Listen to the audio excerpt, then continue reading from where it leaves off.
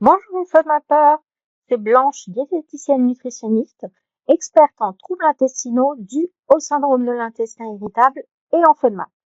Bienvenue dans cette vidéo, faut-il attendre d'aller bien pour commencer la réintroduction? Beaucoup de personnes me disent Blanche, je n'ose pas commencer la réintroduction parce que je ne vais pas encore parfaitement bien. J'ai encore des symptômes, alors je me dis que ce n'est pas le bon moment. Et souvent, cette question est accompagnée d'une vraie peur. Peur de refaire mal, peur de déclencher une crise, peur de tout gâcher. Je vais être très honnête avec vous. Attendre d'aller parfaitement bien pour réintroduire est souvent une erreur.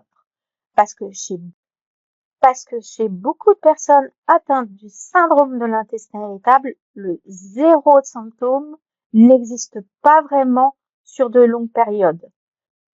Si vous attendez ce moment-là, vous risquez surtout de ne jamais réintroduire. La réintroduction n'est pas une récompense qu'on s'autorise seulement quand tout va bien.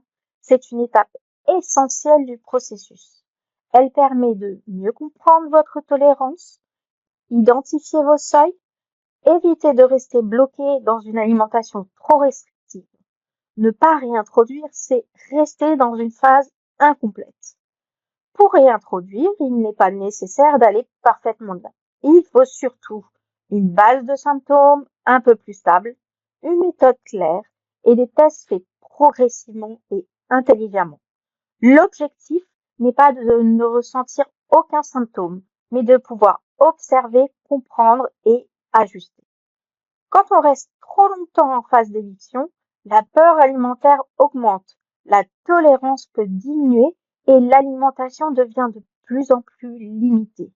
Et paradoxalement, ça peut entretenir une hypersensibilité digestive plutôt que de la calmer. Non, vous n'avez pas besoin d'aller parfaitement bien pour commencer la réintroduction. Mais oui, vous avez besoin d'une méthode adaptée et d'un cadre sécurisant. La réintroduction n'est pas un danger, c'est une étape clé pour avancer. Si vous voulez en savoir plus dès maintenant et débuter l'alimentation pauvre en FODMAP, je vous offre une formation de 7 jours gratuite et un guide des 500 aliments pauvres en FODMAP. Je vous laisse le lien de la page d'inscription dans la description de la vidéo. À bientôt dans la prochaine vidéo.